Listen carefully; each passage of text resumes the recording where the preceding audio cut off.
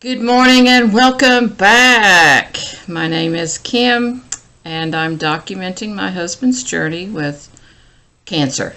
There's a whole long word that goes with that, but he has stage 3 upper tract urothelial carcinoma. He also was diagnosed with stage 1 high-grade carcinoma in his prostate. Anyway, just wanted to do a quick update. Things are going pretty smoothly right now with him. We go next week on the 10th. He will see his primary care doctor, which is usually our cycle. He sees him first, and then the next day he sees his urologist. So on the 10th, they will check this thing here in his neck and see what that is. I still suspect it's an infection of some kind, but we'll see. And then on the 11th, we have an early day at Shands. We will report at 9 a.m., 8:45 to be exact, for the CT scan, and then we go from there to the doctor's appointment to see what the CT scan says, and then they will do his blood work, his urinalysis, his cystoscopy. I have a hard time pronouncing some of these words. And then they will send off his cytology, which usually takes a few days. So, we are upbeat. We are hopeful that everything is good. I do have a new subscriber that wasn't aware that he did lose his kidney last year. On August the 11th of last year, they removed his left kidney, the ureter, and bladder cuff. He went 3 months with clear scans, and the 6th month the bottom fell out again. It showed they found in his urine, they found cells, but they couldn't figure out where they were because nothing showed up in his cystoscopy and nothing showed up on the CT scan. So that was when they decided to go in and look and take some biopsies. So they took biopsies in his bladder and his prostate, which is where it showed up, not actually in the prostate per se, but in the tube that runs through the prostate. This is a sneaky cancer. It loves living in tubes. So they went in then and proceeded to do what they call TURP, and they opened up that tube so that they could install BCG. So he did that. He has done 6 rounds of BCG. He finished that up in June. Yes, June. So we are now at our rescan point. I'm losing track of my thoughts today. Anyway, they are going to recheck him. It hasn't been quite 3 months, so we're about a month early, but they had him on the schedule, so they said go ahead and come in. So we're going to do that next week, and we will see what happens. He seems to be doing fairly well. He looks good most of the time. He does have bad days. We all do, but he does have bad days. He's off to the gym this morning. I am not with him because I just wasn't feeling it today. I had a rough night. So, and I get to see my doctor on the 25th about this issue I have with my digestion. But it's not about me. Not about me. So, today I want to speak about support, and I'm not talking about financial support. I'm talking about emotional and mental support. As a wife, when I took my vows, and I am on my 3rd marriage. 3, count them. 1, 2, 3. And I take blame. I take my part in the 2 failed marriages. There are 2 sides to every story. But There is no but.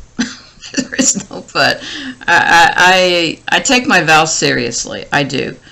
And a lot of people don't. They'll say till death do us part, but the first time their spouse gets sick, they're gone. And I don't understand that. I don't get it. If you really and truly love someone, you're not going to go anywhere. You're gonna stay put, and you're going to see it through no matter what, to the bitter end. And so I have a story I want to share, and I again may go around the tree a couple times before I get to my point, but that's how I tell my stories. Anyway, my friend Eddie was diagnosed with glioblastoma, and she's been gone several years now.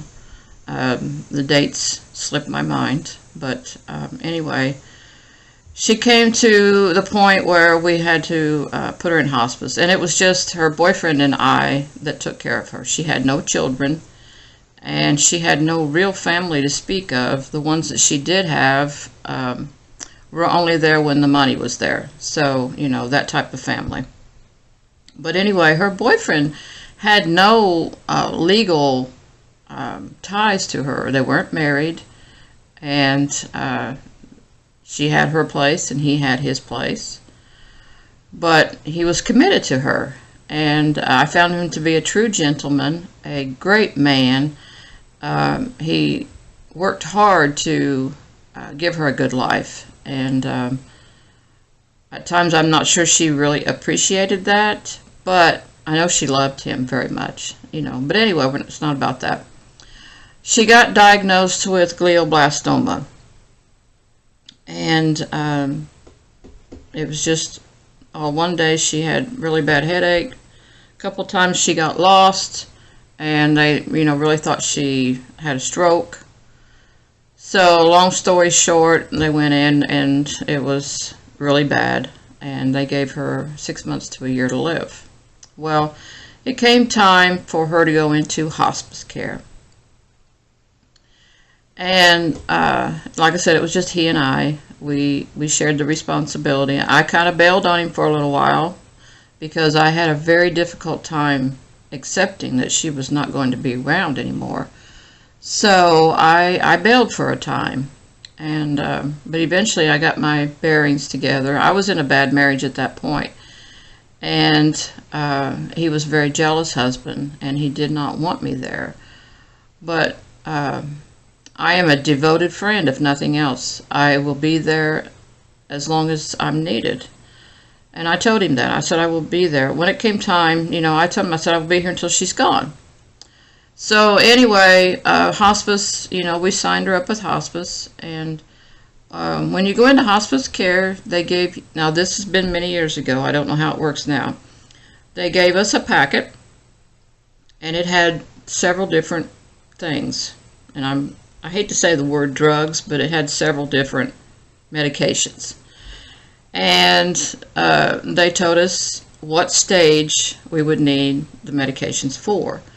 And they had told us prior that she would get agitated, and by it being in the brain, you know, she's going to go wacky on us.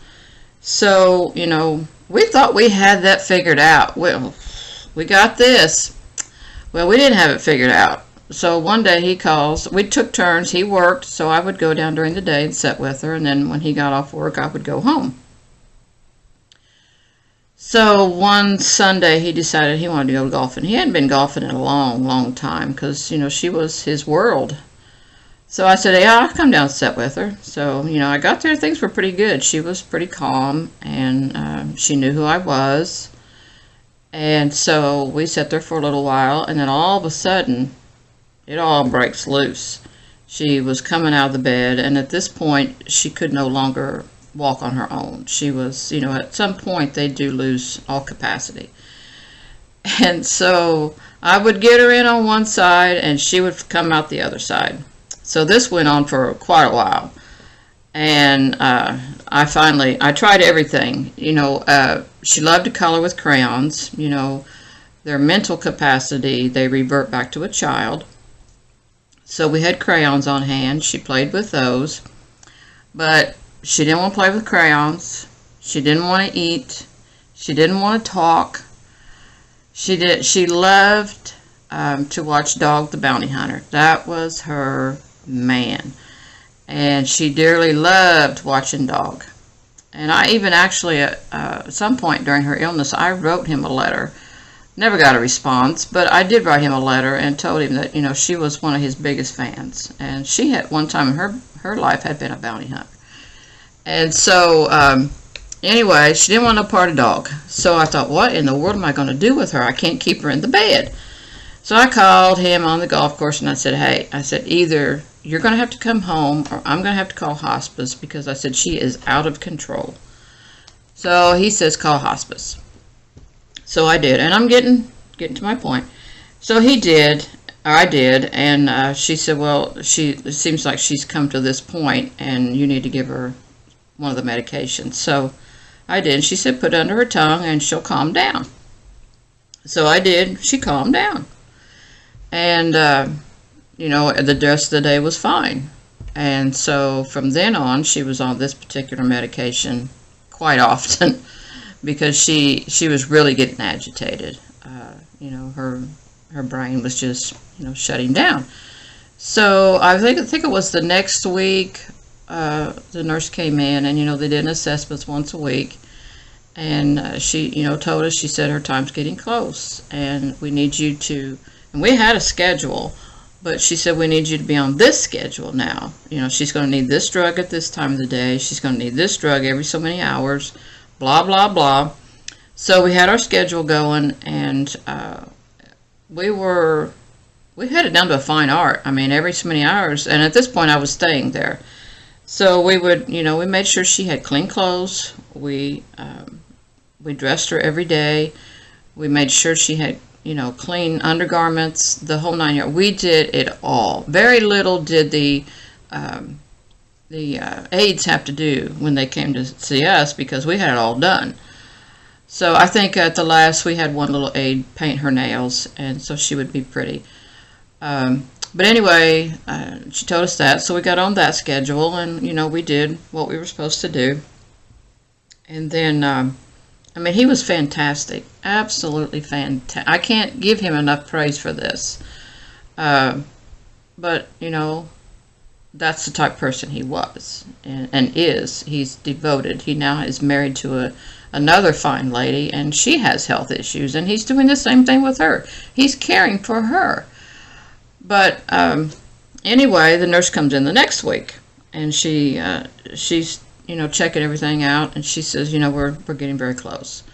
And she looked at Eddie. We had her hair, what little hair she had, we had it combed. She was clean, and she looked at him, and she looked at me, and she said, would you two by chance be interested in joining our team?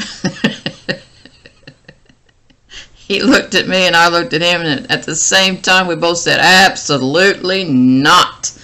I can't do it. It is not in me. I loved Eddie, and I would take care of her again in a heartbeat. I can do it for somebody that I know and I love, but to go into someone's home that I don't know, I would get too attached, and it would break my heart when they passed. So she said, well, I would like to tell you a story. And so she sat down, and she was there quite a while that day, telling us this story. And here's where my point comes in about support and emotional support. She said there was a lady that came into their care, and a very young woman. She wasn't even as old as Eddie. And she came into their care with cancer, and it was time for her to have hospice. So the husband did not want her in his home. He wanted her in a hospice house away from him because he said he couldn't cope. So he took her. They made arrangements for him to bring her, so he brought her. And he got out of the car, got her in the wheelchair, handed her off to the ladies there, and they were taking her inside thinking that he was following along behind.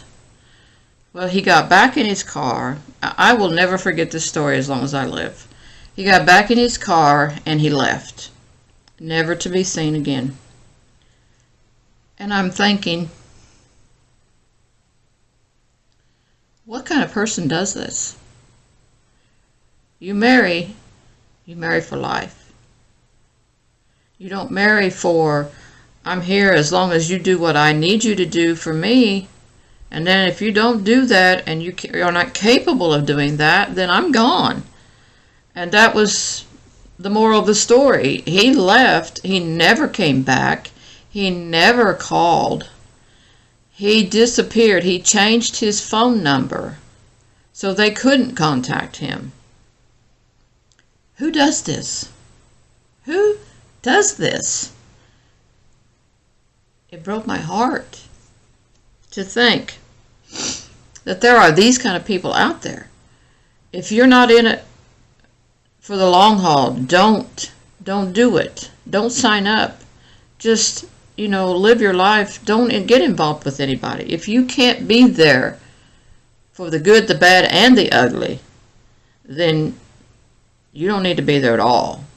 I think that you should just move on.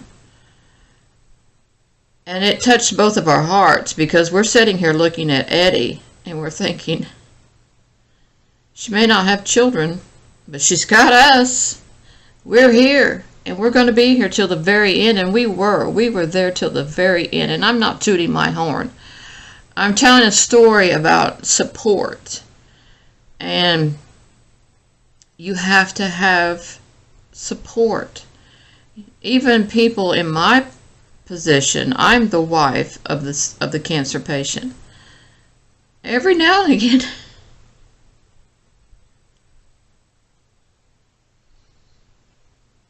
you need to hear, hey, you're hanging in there.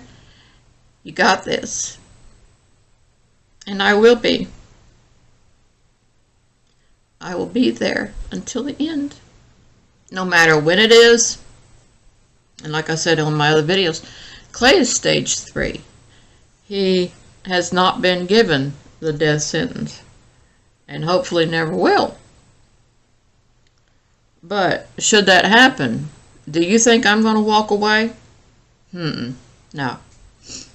Try me. Just try me and see if I do.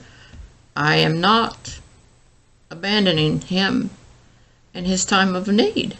And it's like having a child and saying, okay, I got a baby. 10 years down the road, the baby gets sick. He's diagnosed with leukemia or whatnot.